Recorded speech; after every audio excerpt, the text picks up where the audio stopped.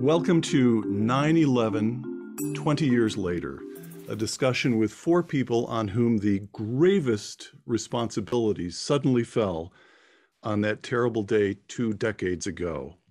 I'm Peter Robinson of the Hoover Institution. Our participants, Condoleezza Rice. On September 11, 2001, Condi Rice was National Security Advisor to President George W. Bush. In the president's second term, she would serve as Secretary of State, and today, Secretary Rice serves as Director of the Hoover Institution. James Mattis. On September 11th, Jim Mattis was a Brigadier General in the United States Marines. In less than 2 months, he would lead Marines into combat in Afghanistan, and 2 years later in Iraq. During the Trump administration, Jim served as Secretary of Defense. Today, Secretary Mattis is a fellow at the Hoover Institution. John Taylor. On September 11th, John Taylor was serving as Undersecretary of Treasury for International Affairs. Today, John is a fellow again at the Hoover Institution. Karen Hughes. On September 11, Karen was serving as White House Director of Communications and counselor to President Bush. A few years later, she would become Undersecretary of State for Public Diplomacy and Public Affairs. Today, Ambassador Hughes serves as Worldwide Vice Chair of Burson-Marsteller. The day. On the morning of September 11th, 2001, President Bush awoke in Sarasota, Florida, where he would attend an education event at a local elementary school. In Washington and New York, Americans went to work under cloudless skies on a flawless early autumn day. 8:46 in the morning, a commercial aircraft plows into the North Tower of the World Trade Center.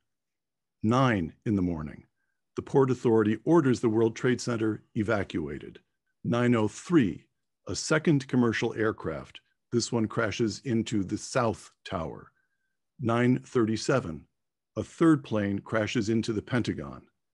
9:59, the South Tower of the World Trade Center collapses. 10:03, a fourth plane crashes, this one near Shanksville, Pennsylvania. It would later emerge that passengers had recaptured the plane from the terrorists who had hijacked it, intentionally forcing the plane down in an empty field. 10:28 a.m., the North Tower collapses. 2,997 people either died or sustained injuries from which they would soon die, all in less than 2 hours on a beautiful autumn morning. Where were you? Condi Rice, where were you? How did you first learn of the attacks?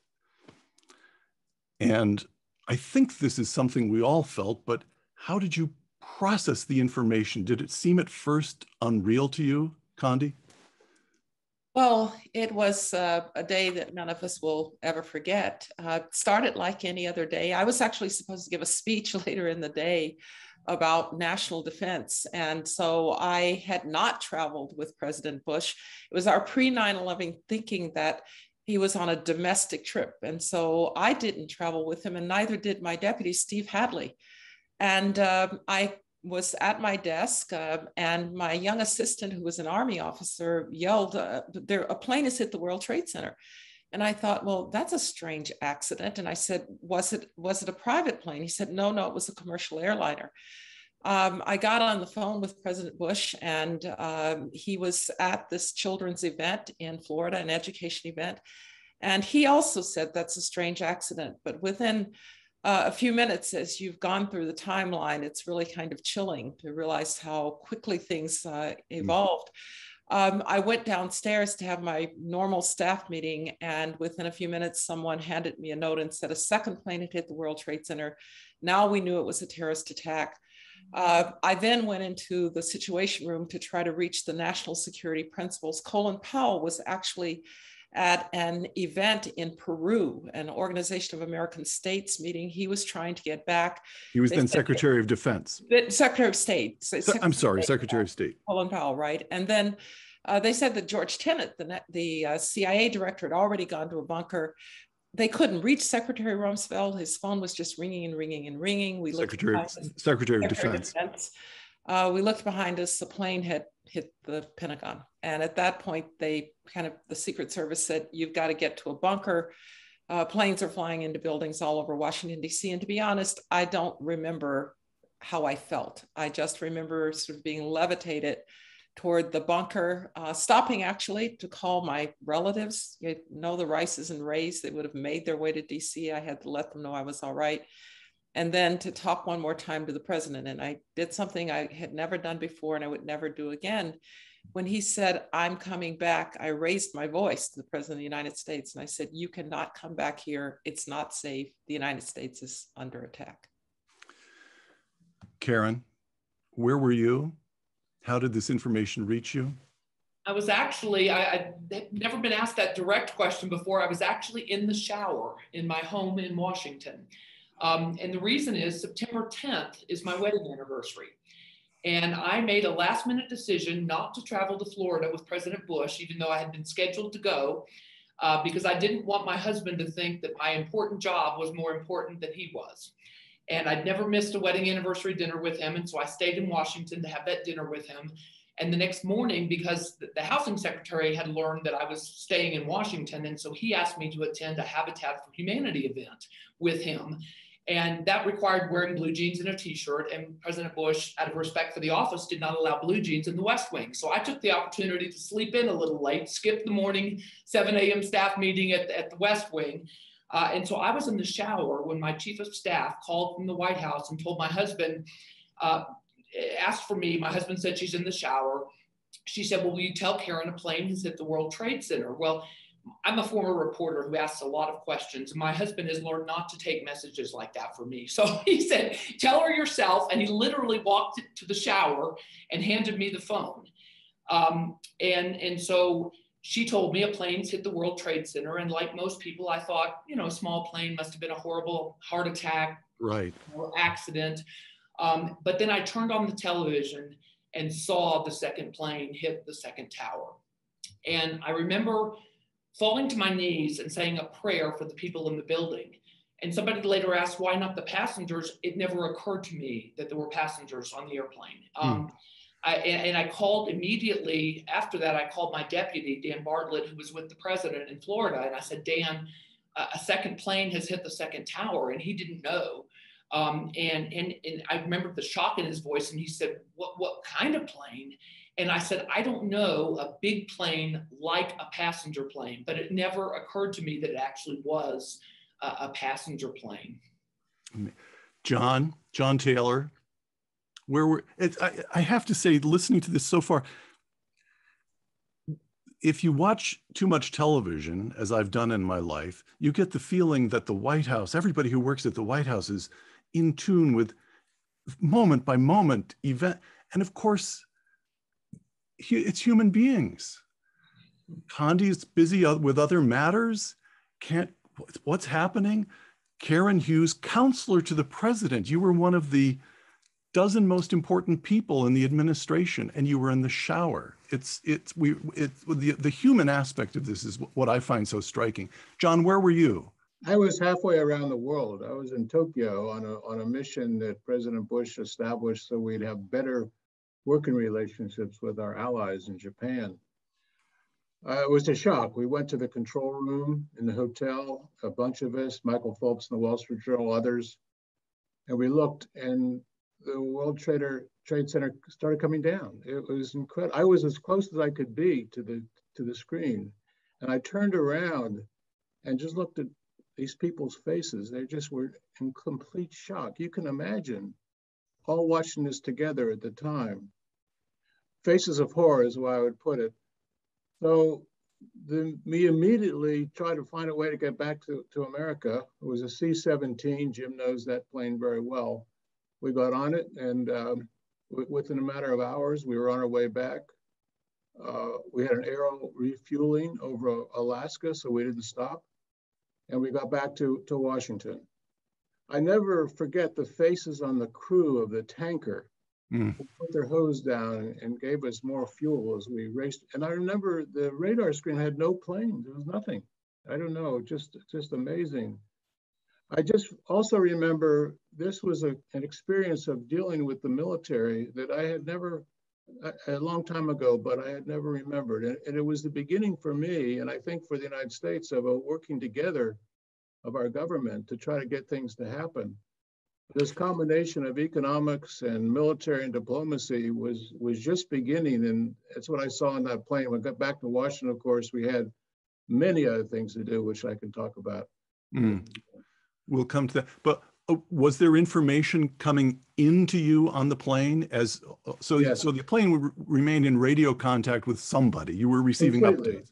Completely, yes, we were completely in contact, and but the main thing is you didn't see any other planes on radar. I don't think it makes any sense, but almost zero. I mean, the commercial planes were not flying at all. Jim Mattis, professional warrior. On that morning, the United States suffered the first attack on the continental United States since the War of 1812. Where were you? How did you find out? And I'm interested, a professional warrior, how I have the feeling you may have been able to process the information. Well, you were trained to process information like this. What was it like that morning, Jim, for you? Right, Peter. I was in California at Camp Pendleton, so this was all happening around 6 a.m. out there. Like any Marine, I'd finished my 5-mile run, showered up. I was driving to work at 6:15 in the morning when I heard 9:15 East Coast time that a Cessna had flown in to the World Trade Center. I'd just come out of about 5 years steady duty in Washington, D.C. as the Executive Secretary of Department of Defense, as a Colonel, Brigadier General, a military assistant to the Deputy Secretary of Defense, Rudy De Leon, and then Paul Wolfowitz. And immediately I knew it was a terrorist attack. There was no doubt in my mind. We'd known they were coming. We couldn't figure out how or when, but there was something big coming. And I knew immediately that we'd been hit, even before the second tower was hit, before I knew it was an airliner. I was actually happy it was a Cessna when I first heard it. Was my thinking that thank God it wasn't something bigger, which unfortunately was not the case. But I think the thing that really struck me, and I've talked to many military officers and intelligence officers since as well, was that we'd failed. Like you said, Peter, the first time we'd been attacked on our homeland, I mean, the Japanese had shelled the Oregon coast from a submarine, small things, but this was the first time. But there was a sense of absolute failure. This was what we were designed to prevent. And it created, I think, too, a very grim mindset for those of us who were going after them. They were going to pay, and they were going to learn that they could not scare us, these maniacs, and they were going to pay to such a degree they would be unable to hit us again. But we knew there were other attacks in the offing, or we assumed there were, and so we were on our way. And less than a month later, I was in Egypt, nominally leading an exercise there in Egypt to show the Americans weren't leaving the Middle East. We weren't scaring. But then I was slipped quietly over to fleet headquarters in Bahrain, and we began the planning to go into Afghanistan. Condi, from first learning about the event to first decisions, all four of you were in positions of responsibility. You had to decide what to do. You said in a recent documentary, Condi, quote, I'm quoting you, "When I'm asked about some of the things we did with speed, I want to say to people, what would you have done? We didn't have time for a lot of consultation," close quote. So your national security advisor, one of the central components of that job is to be the action control. You're coordinating intelligence, defense, diplomacy, and you're directly in touch with the chief executive of the nation, who, incidentally, is put aboard Air Force One, which scrambles up and spends the day, much of the day, in the air, being protected by fighters, touches down for a moment in, as I recall, Louisiana, touches down again in Nebraska before the situation becomes clear enough that the president is able to return to Washington. So maybe I could just ask about that to begin with. The man to whom you report, the man who is at the head of the executive branch of the United States government, is in the air, out of touch, away from the command center, the White House itself. How did you begin to how did you begin to pull together the chain of command, the simple, straightforward chain of command? Well, I would highlight really three decisions, two that were that morning, and then one later on when the president returned, as being really pivotal. The first point is that actually the vice president was already in the bunker when I arrived. The transportation secretary, Norm Mineta, was on a yellow pad trying to track aircraft because we had to get every plane out of the sky. And so a lot of the work was— Can you, yes. When you say the bunker, yes, you can't describe this, but there's a secure facility very close to the White House complex. Yes, that's correct. And I had actually toured it as National Security Advisor. I'd never thought I was going to actually be there. And so here we were. Norm Mineta is trying to get planes landed. He's talking to the Canadians and the Mexicans and others. We're turn the plane around. I mean, he's really very central to making sure that every plane, which had now become a potential missile, was out of the sky.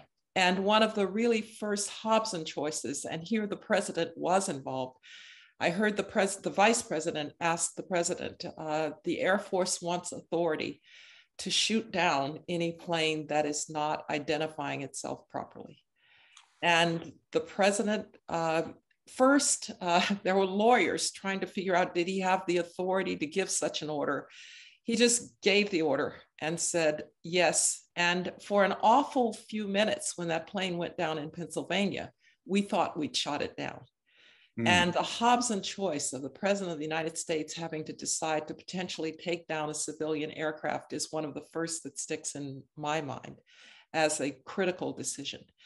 And I remember the vice president saying to the Pentagon, you must know whether you encountered a civilian aircraft. And they kept saying, we can't confirm, we can't confirm. And so the awfulness of that decision, I'll always remember. But there were others. I said, I have to get in touch with President Putin. Jim will know that when our forces go up on alert, there can be a spiral of alert where the Russians then go up and we go up and they go up. And before you know it, we're at war levels of mobilization. And President Putin was actually trying to reach President Bush. I said, Mr. President, he's trying to get to a secure location. Our forces are going up on alert. President Putin said, ours are coming down. And I knew right then, I said to myself, the Cold War is really over. The other big decision that we took was to get a cable out to every post in the world as quickly as we could. Rich Armitage at the State Department acting because Colin Powell, again, as you said, we were all going about our business. He was trying to get back from Peru. And that message said, the United States of America has not been decapitated. We couldn't talk. The president was getting to a safe location. We were in a bunker. The pictures were awful. You want your friends and your foes to know that you're functioning. And so that was another very important decision. And maybe a little bit later, I'll talk about the one that gave us the phrase that will always be associated with President Bush. If you harbor a terrorist, we will treat you as a terrorist. And that's a decision that came a little bit later in the day in which Karen was involved. Karen, also in a recent documentary, and this is describing a video conference with the president, who at this point is I believe he's in Nebraska at this point. I'm quoting you, Karen. President Bush practically came through the television screen. So a couple of questions. Describe what you meant by that. And then also, I'm a former speechwriter. He made a decision that he would address the nation that night. He spoke for 4.5 minutes.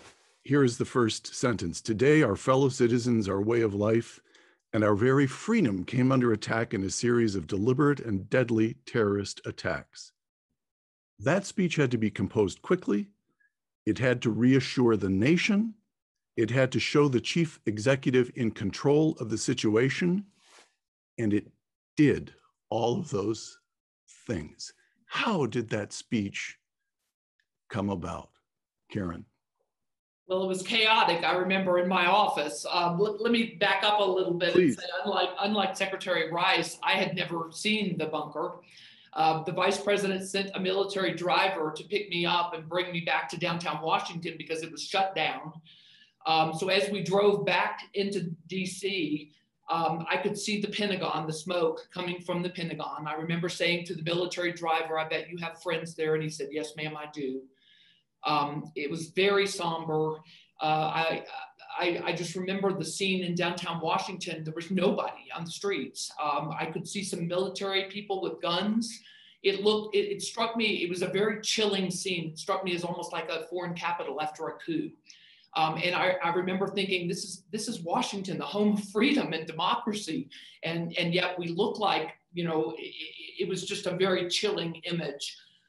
They dropped me off at the east side of the White House. I'd never been in through that door before. There was no one there.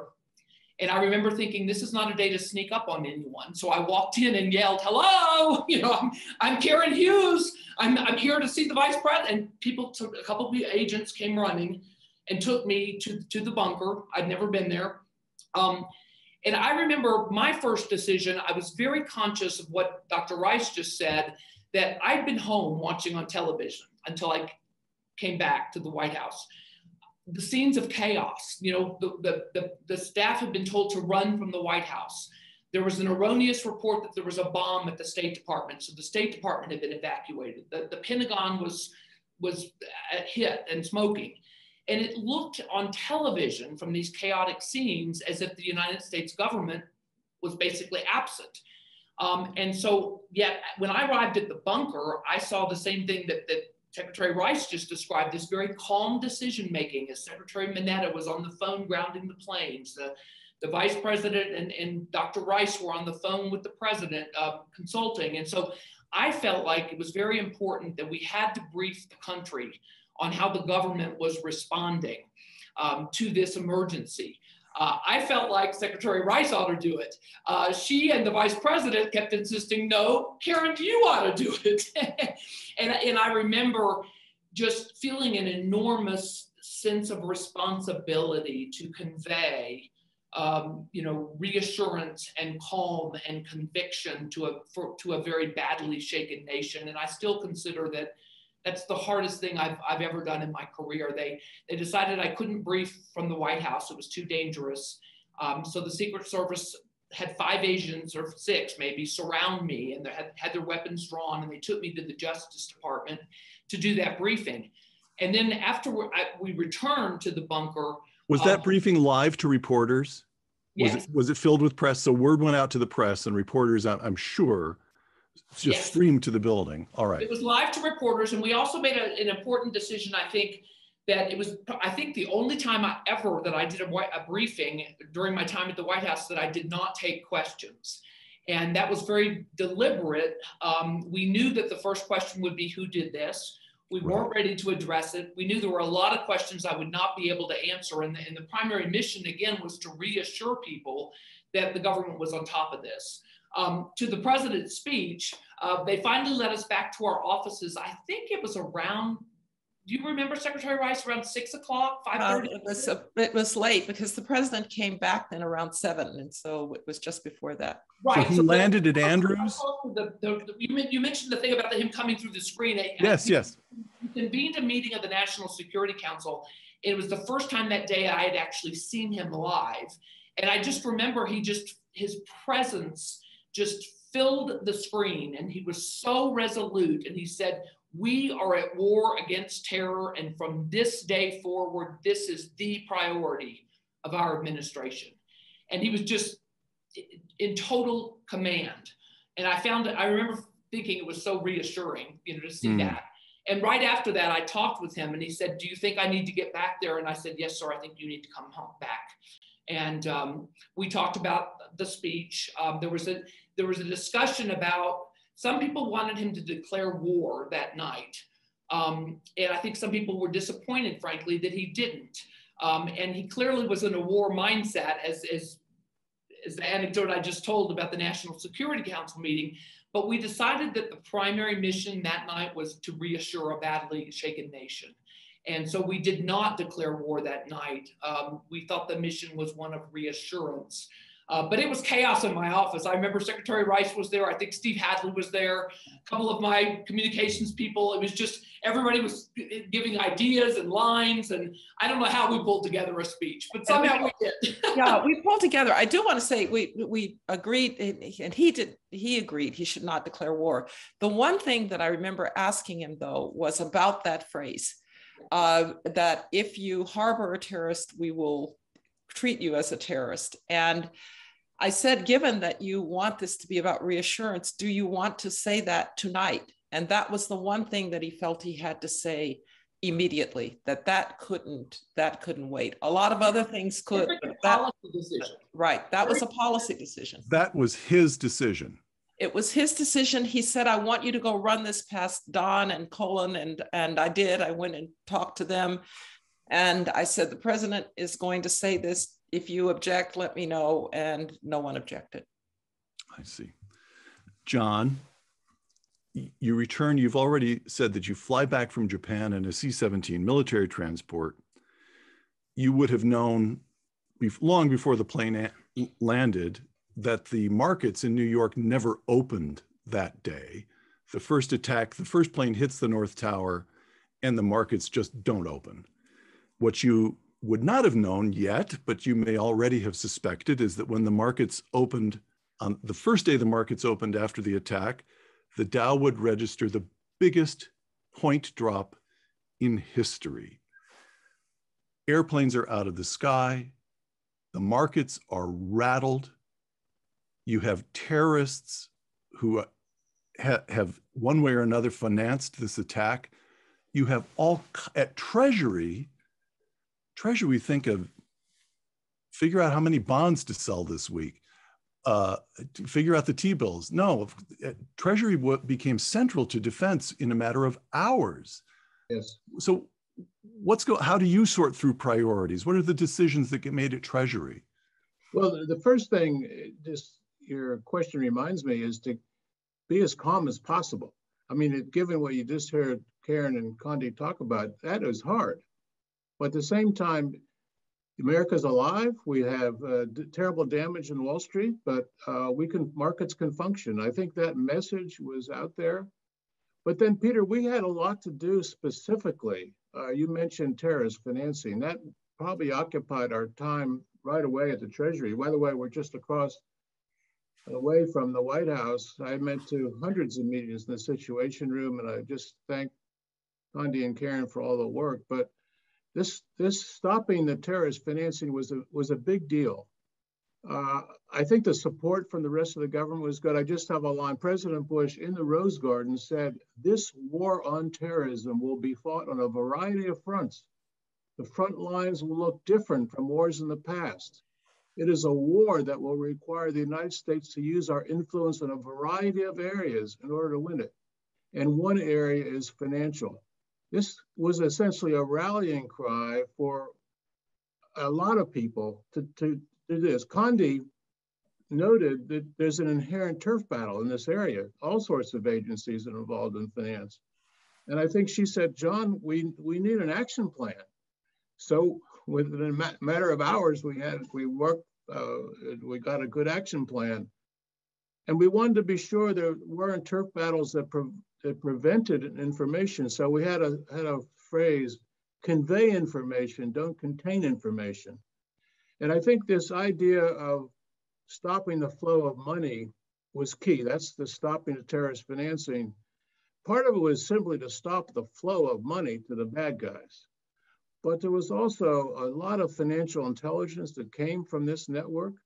And we were emphasized that. That was a part of the spirit. We set up a war room in the Treasury. John, can I just want to, on that point, so Treasury became its own source of intel. Oh, of course. You've Yes. got Yes. Defense Intel, you've got CIA, they're established intel agencies, but Treasury develops its own source of intel on the terrorists. Is that correct? Yes, but of course we're depending on the intelligence agencies. And this Right. is something which I think is important. I think the coordination or the cooperation with the state and Defense Department was key. We didn't have enough of that. We set up a poster in the Treasury, the North Lobby, and said, "We are at war. Are you doing all you can?" And so the idea is that we were trying to work as much as we can. And by the way, in many meetings, the Situation Room, I'd make a comment about the economics, and the Secretary of State or Defense, oh, there goes Taylor again, talk about the economics. And the thing is, it was hard to get it in. Let me mention one other thing. I think the international support was huge. We spent a lot of time on the phone, first with the G7, and then that's spread out. I've never experienced such cooperation. Everybody was our friend. It didn't last as long as I would like, but everybody was our friend, and that made it possible to do things we couldn't have done otherwise. The UN Security Council helped. Condi helped. And I mentioned one other thing, which I was kind of proud of at the time. There was a report of the 9/11 Commission. It came a little later. It gave us an A-. It was the only A. There were C's and there were D's, even an F. So I'm sure they missed the important parts and they just, oh my gosh, treasuries, we got to give them some grade. Anyway, we got an A- and a sea of C's and D's and F's. So I'll stop there. Jim Mattis, you went to war. You went to war. Between Vietnam and Afghanistan, there had been conflicts, of course, from Grenada to bombings in the Balkan Peninsula, Serbia, and so forth. But as a professional, what was it like to be fighting on behalf of a nation? I don't know how to put this, is a crude way to put it, but the nation was roused and angry and righteous and unified. Did that make a difference to you as a professional? Not really. I would just tell you that really what happened was many years of naval deployments. At least I'll tell you, because I was a tactical commander in the naval service, Navy Marine deployments. This was situation normal, crisis deployments, routine deployments. There was a conviction best summed up by one of my Marine from New York, who, by the way, was Muslim, who told me, "This is a perfect war, General. They want to die and we want to kill them." I mean, I'm giving you the rough soldier's humor that allows them to go forward into the uncertain terrain of the battlefield with a certain amount of conviction. And he summed it up, I think, for a lot of us. And the international support that John was talking about was immediately felt in the military area as well. And the CIA military connection that's really restarted there has held all the way through to this day, where the military relations of trust and the CIA military spirit of collaboration unleashed, I think, a very effective early campaign in Afghanistan when we were having to do things that were at the limit of man and machine. They were so far inland. Dr. Rice and the State Department team were getting us air bases up on the northern flank of Afghanistan, this sort of thing. But really, it was what we do. And we had, the most important thing was we had the logistics legs to do it.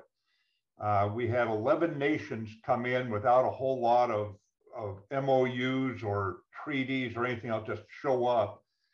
We had the Norwegians there and the Jordanians, the Turks, Canadians, New Zealanders, Australians. The Germans were there. I just checked to make sure they were on our side this time. They were, so tally ho, let's go. But we were united as far as going after the terrorists. We lost much of that unity of purpose with the attack into Iraq a year and a half later. 2 years later. But at that time, it was exactly what a national security advisor who gave a 1-hour class to all new brigadier generals and rear admirals that I was in. The advisor was Dr. Condoleezza Rice, and she said, we do things with our allies, not to them. And I'd never seen a finger 18 inches long as she instructed us on this primary thing. But another point to bring up, for those of us like me who'd been dealing with the Middle East since 1979, we had no doubt about the maniacs we were up against, and they scared our Muslim buddies more than anyone else who had to live alongside them. And I've never fought them without Muslim troops alongside me. But it really reminds us all that in 1984, George Shultz gave a speech as Secretary of State in New York City, 17 years before 9/11, and he warned of this very thing, that we're going to lose innocent people. We're going to have to preempt this. And so there is, for those of us who've been studying this phenomenon, there was for us an effort to actually keep people from lumping it all into one big amorphous mess and identify which parts we had to go under or go after. And I bring that up because at times we have still had people come into positions in offices who were not aware of all these different fragments, and you did not want to unify them with your own efforts. You needed to keep them fragmented and work one against another. And frankly, I've slept peacefully among murderers in order to fight for this country against other people that were a threat to us. Back over to you, Jim. I just want to. Peter, could I just? Of course. One point, because Jim said something about allies, and for me, one of the most incredible moments was the morning after 9/11, when I went down to my office about 4 o'clock in the morning, and our ambassador to NATO was on the line, Ambassador Nick Burns. And he said, NATO wants to vote Article 5, an attack upon one is an attack upon all. And we had always assumed that Article 5 of the so-called Washington Treaty of 1949, we would always have to invoke it to help Europe. If Europe had been attacked by the Soviet Union, an attack upon one as an attack upon all meant we would sacrifice Washington for London if necessary.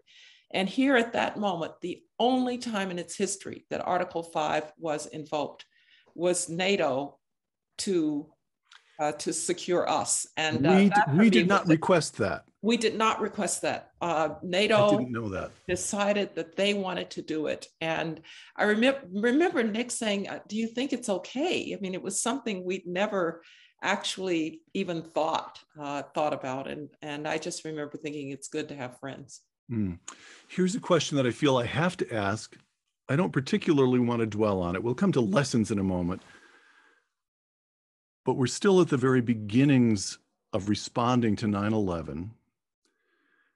Jim just said, actually, I was struck by the contrast between you as civilians. It's worth noting that the administration had been in office 8 months. In some basic way, you were all professionals. Karen had been a reporter. John knew everything there was to know about economics. He'd served on the CEA. Condi had been in and out of government already. You knew what you were doing, but those specific jobs, you're still learning a certain amount. We go to Jim, and Jim says, in the military, we knew this was going to happen. We were trained for it, and off we went. Just a kind of almost technical acceptance of what had taken place. All right, Condi, I was very struck. Again, I'm referring to about that because we had just been through a presidential campaign. It was a complete shock to me, not coming from the military. I'd worked in the governor's office for then Governor Bush. That morning was a complete shock to me. We had a domestic agenda planned for the fall. We were pushing education reform. We had just been through a presidential campaign, and it struck me that morning that not once had President Bush been asked about Al-Qaeda or about Osama bin Laden. He'd been asked every question under the sun that I could imagine, and not once had he been asked about Al-Qaeda or Osama bin Laden. And Karen is making a point that I think I'd like to underscore, because I was a professional. I knew about Al-Qaeda. I knew who Osama bin Laden was. I knew they had attacked in 93 and in 98 at the embassies and with the coal. In fact, we had to deal with the question of whether we would do something about the attack on the Cole, which took place, the USS Cole, yes, an American warship, just before the election. And we didn't want to interfere with the Clinton administration. And we also felt that we didn't want to do something pinprick-like, which was President Bush. So we knew that this was there. But what I didn't have the imagination to see was the use of commercial airliners against the Twin Towers and the Pentagon from inside the United States.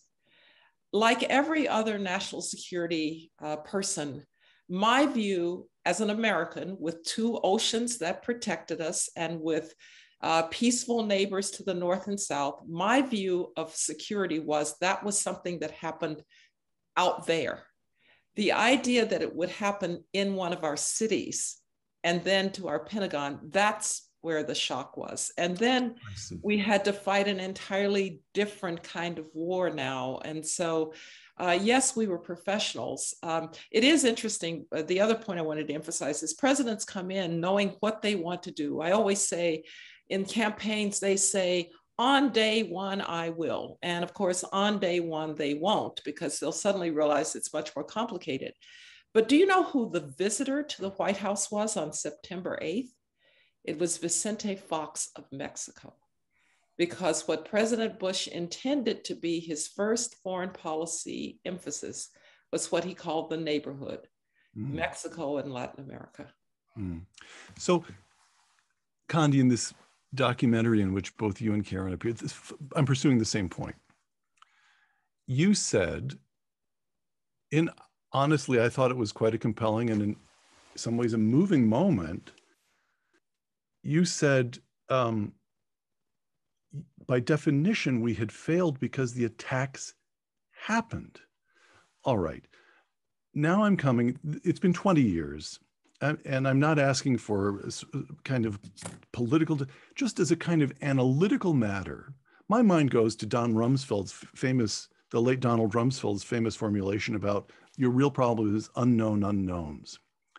That is to say, was there a systemic failure that you identified soon, or that you've identified with the benefit of 2 decades of mulling it over and reading and writing about it?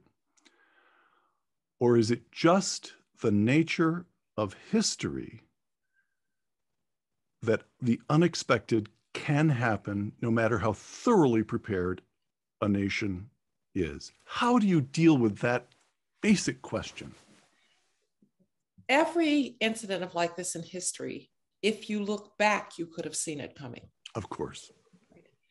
And the problem is that either your imagination or the way that you're organized prevents you from seeing it coming. And I think in our case, it was the way that we were organized. We know, for instance, that despite the fact, as Jim has mentioned, of what we were experiencing in the Middle East, of the fact that we knew these terrorists existed, that the 93 bombing had happened at in New York before. But despite that, we had intelligence organized so that the CIA did what was foreign and the FBI did what was domestic.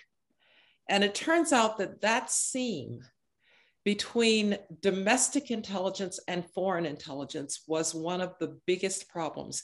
If the FBI and the CIA had talked on September 8th, 2001, the way that they would talk today, the FBI probably would have told the CIA that there was this guy named Moussaoui who was taking flight lessons in Arizona and only wanted to know how to go one way.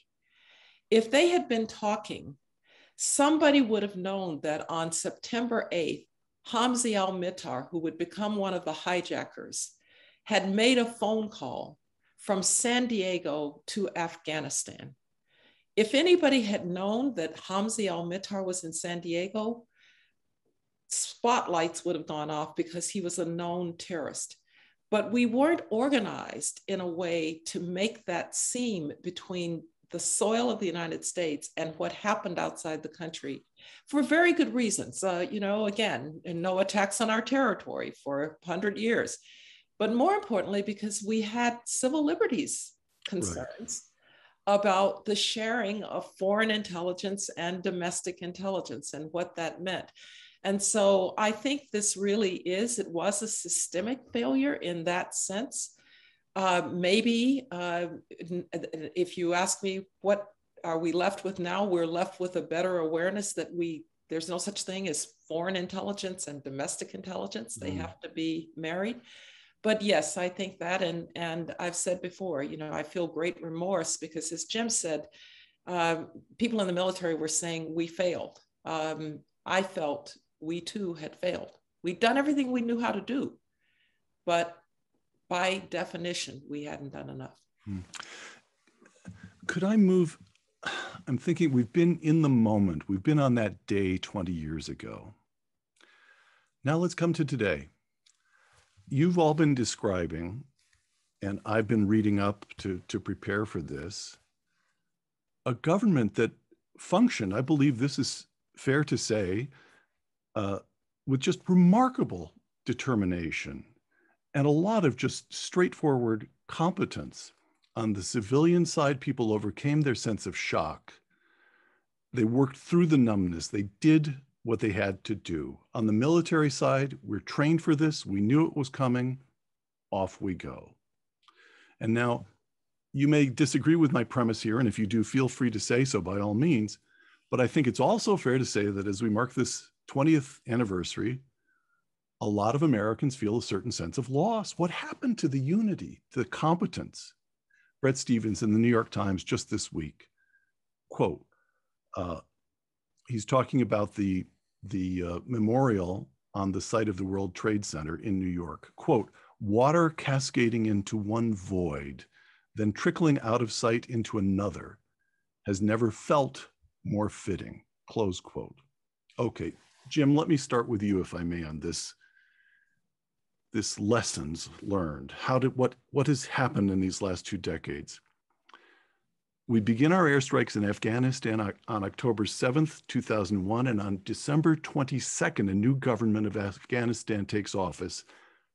Time elapsed from the first airstrikes to a new government. In other words, to a victory, 2.5 months. We remain in Afghanistan another 2 decades and then withdraw this past summer in, correct me again, feel free to correct me, but in what I would regard as shocking disarray. Again, Bret Stephens in the New York Times just this week, quote, we find ourselves commemorating the first great jihadist victory over America in 2001, right after delivering the second great jihadist victory over America in 2021.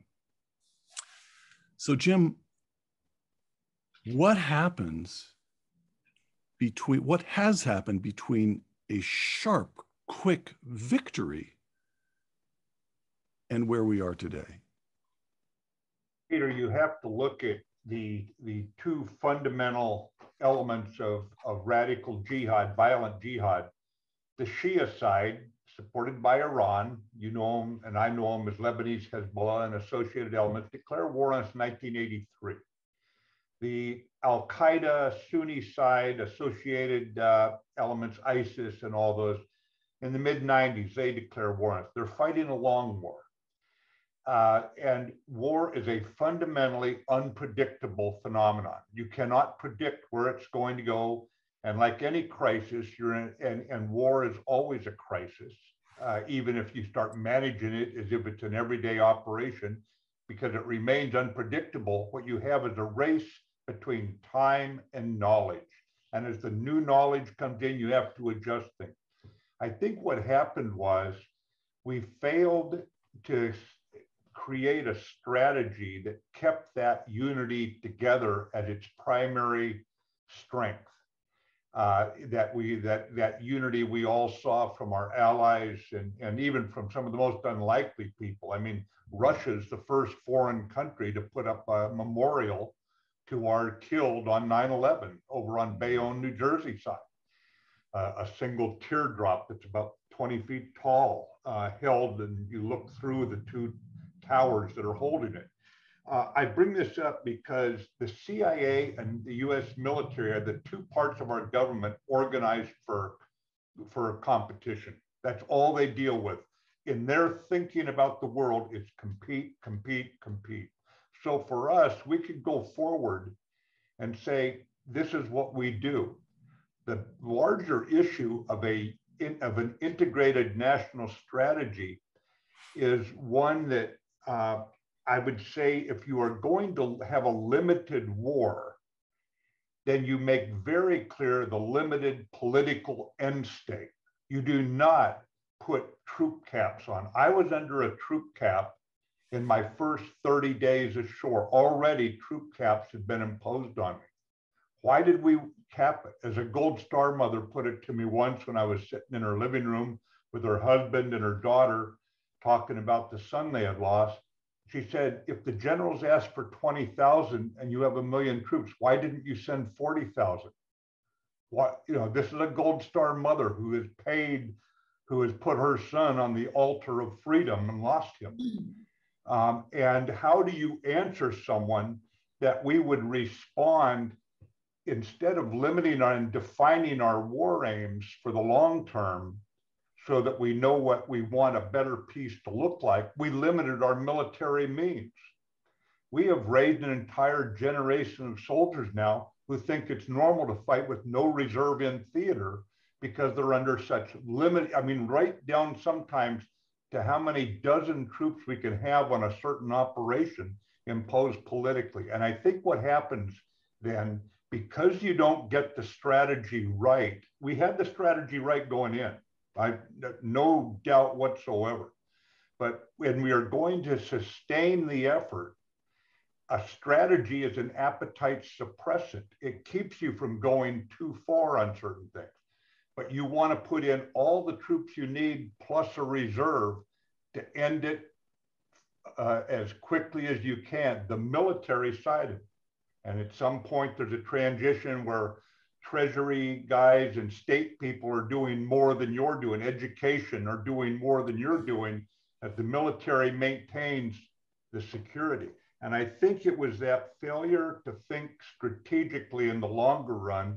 And we've got to bring up Iraq at this point. I am flown out of Afghanistan in March.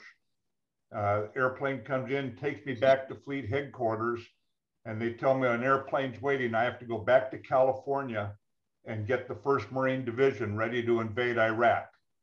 And I said, why? And the Admiral says they think Iraq had something to do with 9/11 and they've got weapons of mass destruction. I said, they can't move without our bombers bombing them over Southern Watch and Northern. They said, Brigadier General, go back and get the division ready to go to war. Already we were shifting our special forces, our Marines over to another fight. And it hit me personally. And so I stopped thinking, frankly, about Afghanistan. After all, we'd won, right? War is unpredictable, enemy in for an unlimited war. We wanted a limited war, but we didn't define the limits politically. We only defined them militarily. And now the table is set for a very bad outcome against an enemy that's been fighting a long war against us since 1983, 1995. Yeah, if I could just right here in terms of this idea of the long war, I would agree with Jim, but I maybe would put it a little bit differently. I think we allowed the wrong narrative to emerge about Afghanistan. Mm-hmm. When I think about Afghanistan, I actually think Korea. Now, why do I say that? Mm-hmm. We fought to a stalemate in Korea. We've still never won that war. It's still an armistice.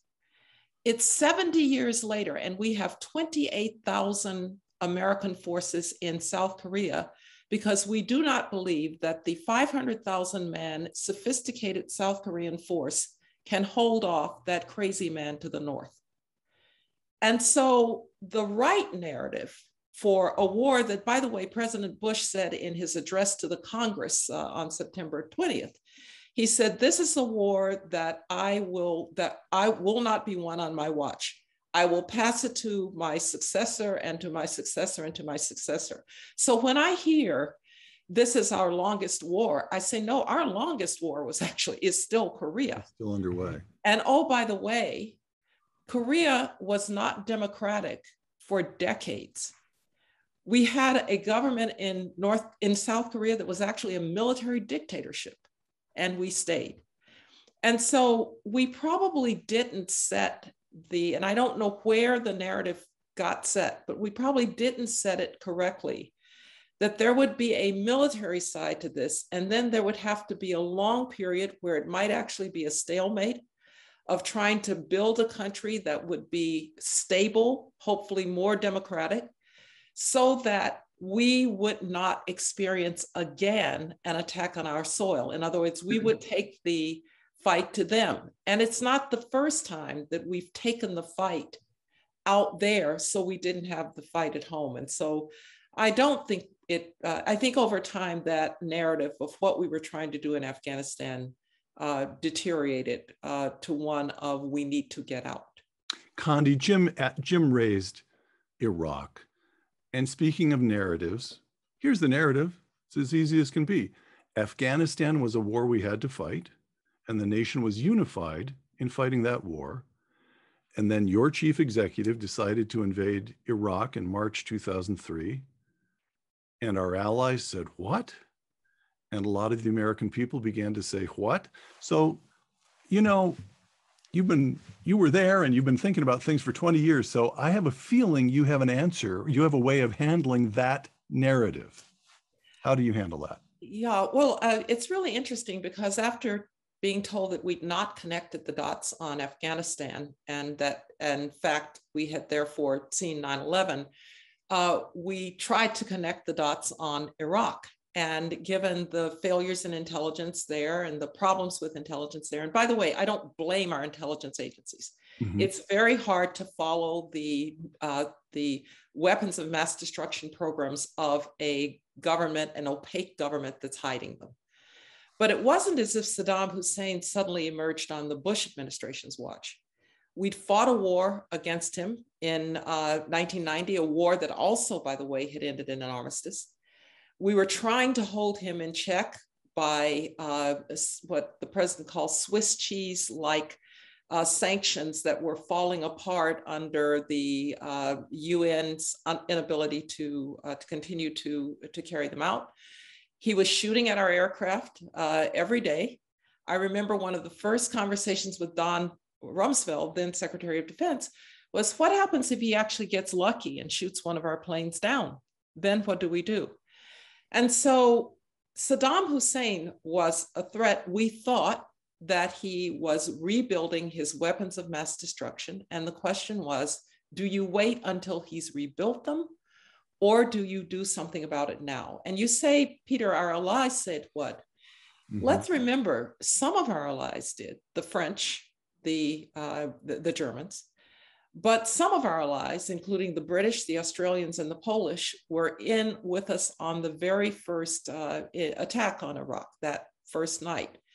So the president felt that the international community had not been attentive to Saddam Hussein's constantly breaking of 17 different Security Council resolutions, and it was time to take care of it.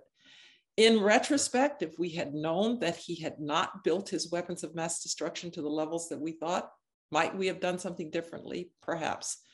But what you know today can affect what you do tomorrow, but not what you did yesterday. Right. Let me chime in on that because yes, Karen. I had left the White House late in the summer of 2002. And I remember seeing some discussion of Iraq, and I called the president and asked him about it. And he had me fly out to California, I don't know if you remember, Condi, and have dinner with Condi. And Condi, as Condi described, looking at threats in the world in the new light of 9/11 and that Saddam was a unique threat, not for any single reason, but for a confluence of them, as she just explained. And I think in the media coverage, it sometimes got boiled down to, well, it was just one thing, but it was a confluence of things.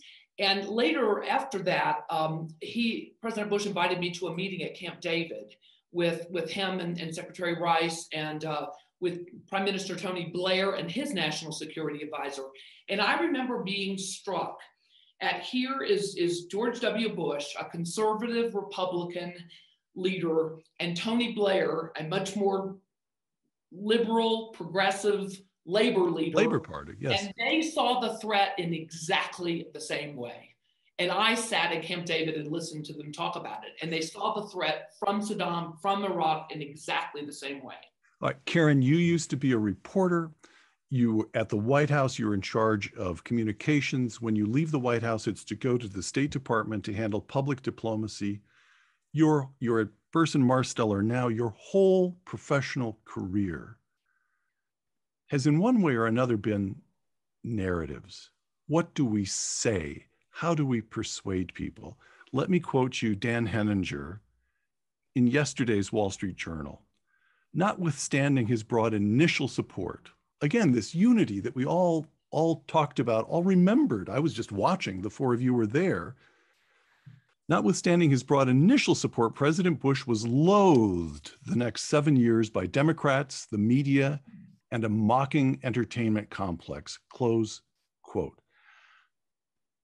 Is that just a reassertion of normal American politics after the shock and horror of September 11th wears off? Or is there something more dangerous, more toxic to our ability to live together as fellow Americans and to pursue policy in the world, to remain unified enough to pursue policy in the world? What happened? I mean, to put it crudely, in those first weeks after 9/11, his approval ratings are just as high as they can be. And by the time he leaves office, he's dipped into the 30s from time to time. He's all right. I do just want to mention, though, Peter, he was elected. Yes, he was reelected. Yes, he was reelected. That's right. That's right. But you get the point I'm trying to, I mean, you all get the point that we had this moment of unity, and then the polarization that we recognized that has become almost normal today begins to set in, and even the president's admirers are saying, what's happened here? What's happened here? Karen, what did happen? I think part of it is you make tough decisions, right? And sometimes people don't agree with those decisions. And I would argue that two of the toughest decisions that President Bush had to make actually paved the way for his successor, President Obama, to be more successful than he otherwise would have been. And those two are the surge of troops in Iraq, which allowed us to end that on a much better basis, certainly than the travesty that we've seen in Afghanistan. But the second was the financial rescue, the TARP, which was very unpopular. His own Republicans were furious with him about that. Yet that allowed the economy to be rebuilt and allowed him to hand off a much better situation to President Obama. So, I think part of it is you make tough decisions that people don't like.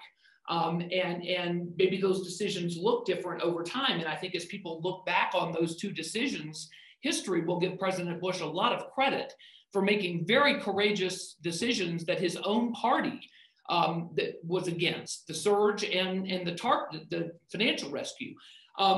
So I think that history will give him far better credit, and you're already starting to see a lot more affection and appreciation, I think, for him, and the decency and the conviction that he brought. The thing I worry most about is what the general said about the political will to sustain the effort. I just think it's tragic that we have 170,000, I believe, troops around the world today. 2,500 of them were in Afghanistan. And we're giving the people there the ability to live in a freer society, particularly women and girls. And yet we somehow since President Bush left office, I think have lost the political will to see the long game, to see if somebody asked me the other day, what would you tell young people who weren't alive during 9/11? And I would tell them it could happen again. Okay. Unfortunately, we face a lot of, we face this ideology, this very radical, violent, extremist ideology, as General Mattis said, in different forms and in different places across the world. And we have got to somehow find the way and find the political will to sustain an effort against that. Let me take that question. I'm sorry, Condi. Can I just ask? I just wanted to mention, by the way, Harry Truman's popularity rating when he left office was 30%. And he is a great man. He was a great president. But I just want to make a point about the long game here. In his farewell address, he said, "We will one day win the Cold War." Everybody probably laughed at him at that point. But I did want to make a point about this, what we now see. It's hard to watch what happened in Afghanistan. But we bought 20 years that I didn't think possible of no attack on our soil again. And if you had seen the threat reporting after that fateful day, you would never have taken that bet. And I also want to say to Jim and Jim Mattis and people like him, we have a whole generation now of young people who joined the armed forces in the wake of 9/11. I know a lot of them. And some of them are in Congress, and some of them are business leaders, and some of them are local leaders. And we talk about the greatest generation as those who fought World War II. Well, there's a new greatest generation. They answered the call in Afghanistan and Iraq, and some didn't come back, and some came back maimed. But they are adding to our leadership in extraordinary ways now. And so as bleak as it might seem on this 20th anniversary, what did we achieve? We achieved peace for a long time. And I think we have a whole generation of people who fought bravely and are making us better. We're down to a single-digit number of minutes remaining. High single digits, but single digits. So let me ask a kind of a final question here. I'm going to go to John first because John has been uncharacteristically quiet for a moment or two. I know I've been trying to speak. I know you have. Oh, I'm sorry, John. It's okay. All right, let me set it up this way.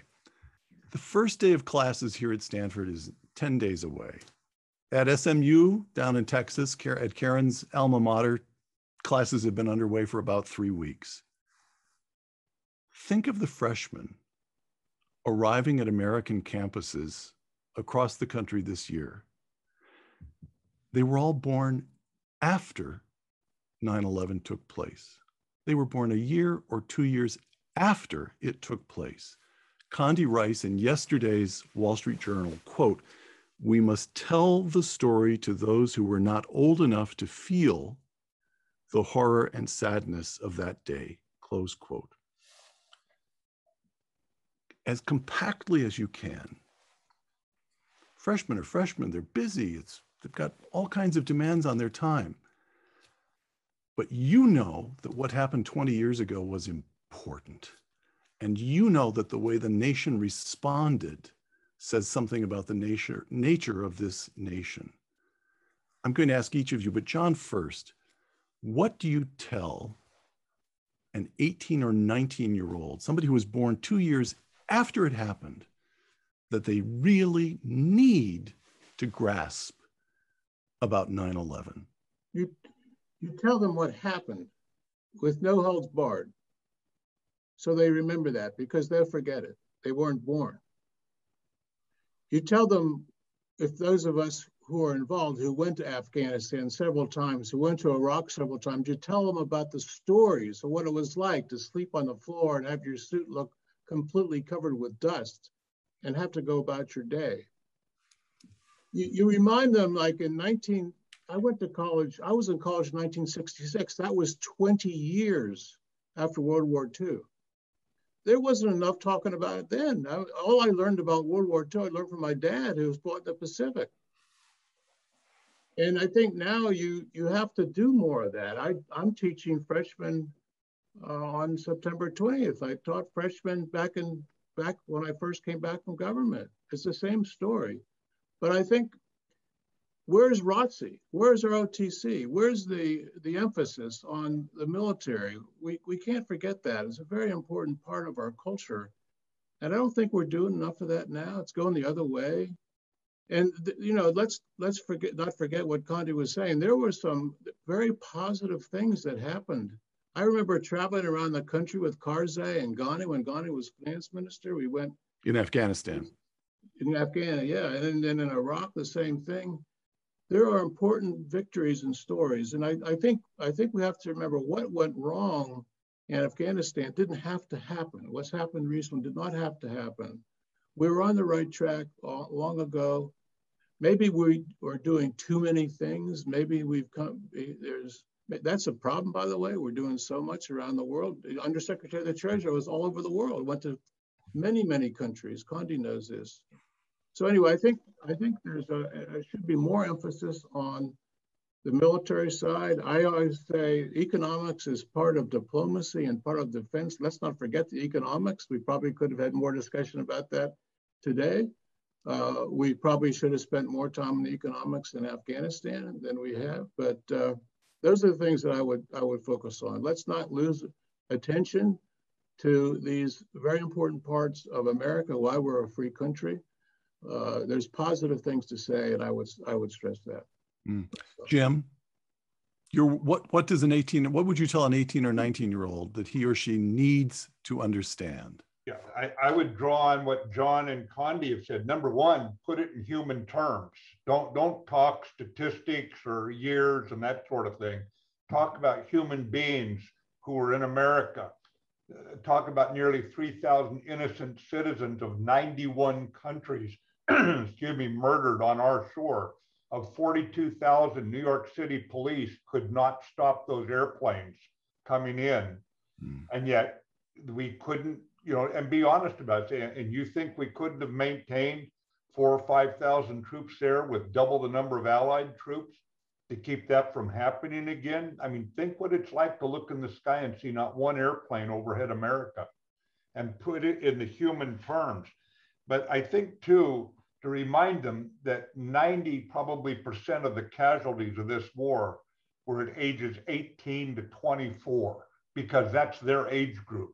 And make certain they know that this is the first war, significant war we have ever fought since the revolution, with all volunteers, no conscription. And just what an example, what Dr. Condi just said is a new greatest generation in the making. Karen? Well, I agree with everything that's been said. You have to tell them in human terms the horror and the shock and the sorrow of that day. I would also tell them the story of a little girl I met in Afghanistan. I visited it was the first visit of US women who'd gone in after the fall of the Taliban. I was appointed to serve on the US Afghan Women's Council, which was the group put together by Presidents Bush and Karzai to link the women of the United States and Afghanistan. And I visited a reading program where our US government was funding a program to teach little girls how to read. And the girls were 12 or 13, 11, 12, 13 years old. You know, they never had an opportunity to have an education in their life. And so I asked them, what did they hope to do once they were educated? And a little girl, through the translator, told me she wanted to be a writer. And I was actually writing a book at the time. And so I said to her, well, can I say something on your behalf in my book until you get around to writing yours? And she said, immediately, no equivocation through the translator, she said, women should be free to go to school, to go to work, and to choose their own husbands. And as I was leaving, the translator came after me and grabbed me by the arm and said, the little girl wants to tell you something else. Please don't forget them. Please help them live in freedom. And the eyes of that little girl followed me home, and they've haunted me ever since. And I just think it's a reminder of our responsibilities and the many wonderful young men and women who are serving and answering that call to our responsibilities to defend freedom around the world. Condi, summing up falls to you. I happen to know you're pretty good at that sort of thing. Well, I would tell them that America has always been best when it acts from both power and principle. And in Afghanistan, we tried to act from both power and principle after the horrible attacks that landed us there. Nobody wanted to go to war in Afghanistan. We knew it was a place where great powers went to die. But we learned a lesson again that our security is inextricably linked to the security and the well-being of others. Our protective oceans on both sides, our peaceful neighbors to the north and south didn't protect us on September 11th. And so we had to go to a faraway place called Afghanistan. We were able to keep the peace by the sacrifices of our men and women in uniform who volunteered to go there and fight for us. We were able to keep the peace thanks to the 66,000 Afghan soldiers who also died in that war, and the countless numbers of our allies who lost people, but we kept the peace. And yes, we did want to leave Afghanistan a better place. We wanted it to be a place where women could go to school and choose their own husbands. And it did become a place where infant mortality and maternal mortality began to decline. And there's nothing wrong with wanting for other people the same liberties and the same opportunity for a good life that we have. America's always been best when it really believes in the universality of its values. And if we erred in Afghanistan in believing that Afghans also wanted to be free, that's an error that I'm proud of. Last question. We have just 2 minutes. Feel free to answer in one word if you want to. Condi, are we safer today? Karen said she would want to tell students it could happen again. Are we safer? We're safer, but not safe. It could happen again. It could happen again. John? We need to be vigilant all the time because it's not over. It's not over. Karen? It's not over. I agree. Safer because we've done a lot of things to make us ourselves safer, but not safe. Jim? It's not over. We're safer with a better organized intelligence community. However, I think we are weaker in terms of unity with domestic unity at home and international unity with our allies. All right, so the professional warrior says the professionals are in good shape, but I'm concerned about the people and politicians. I wouldn't make it that sharp a demarcation. I think it's a more cultural, societal challenge we have to restore trust. George Shultz's coin of the realm here at home and with allies. Words no longer are sufficient. We need to demonstrate actions to restore trust. 9/11, 20 years later. Secretary James Mattis, Ambassador Karen Hughes, Secretary John Taylor, and Secretary Condoleezza Rice, thank you. For the Hoover Institution, I'm Peter Robinson.